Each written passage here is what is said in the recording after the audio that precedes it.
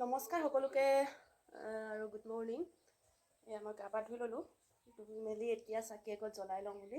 যিহেতু আজি আমাৰ বিবাহ বাৰ্ষিক, আজি 9 মাৰ্চ, আজি আমাৰ 5 বছৰ কমপ্লিট হৈ গ'ল।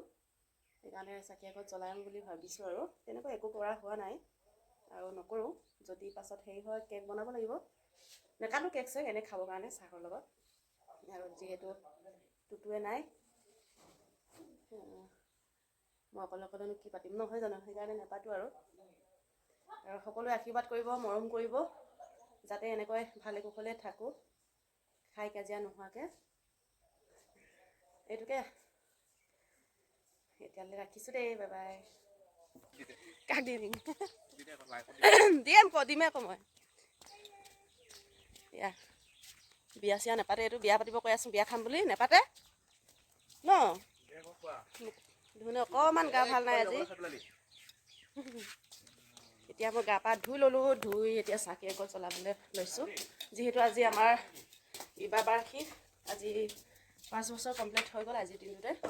আৰু সকলোৱে আশীৰ্বাদ কৰিব, মৰম দিব, যাতে এনেকৈয়ে ভালে কুশলে থাকে। এইটোৱে আৰু এতিয়া চাকি এগছ জ্বলাই লওঁগৈ দেই। কেক বনাব দিছোঁ আৰু অলপ হ'লেই।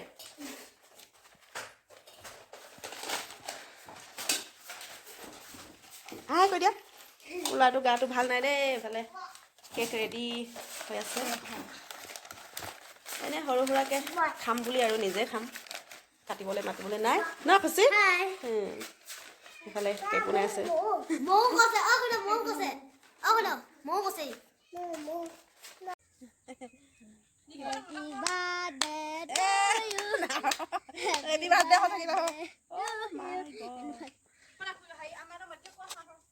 মাত দে কচোন।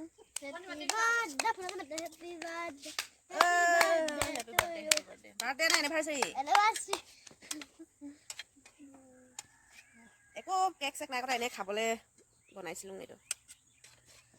একো মিঠাই চিঠাই নাই আৰু যাম বুলি ভাবিছিলোঁ, বেটা একেবাৰে গা বেয়া, ককালে যাব নোৱাৰিলোঁ আৰু বেটা একেবাৰে এৰিব বিচৰা নাই। এতিয়া যেন তেন অলপ সময় শুৱাই থৈ দিছোঁ, যিহেতু চৰ্দি হৈছে, কালি জ্বৰো উঠিলে, সেইকাৰণে গাহৰিখিনিক লৈয়ে এনিভাৰ্চাৰী পাতিছিলোঁ। কুকুৰাখিনি গোটেইখিনি মোৰ এয়া ফেমিলি। চৰাইকেইটা দেখাই দিওঁ, ময়ে খাই চাম ন, মইতো খাই চাব লাগে। দেখিবলৈ এৰাগী হ'ব পাৰে, এয়া দেখিবলৈ ধুনীয়া নহ'ব পাৰে, কিন্তু খাবলৈ টেষ্টি আছে।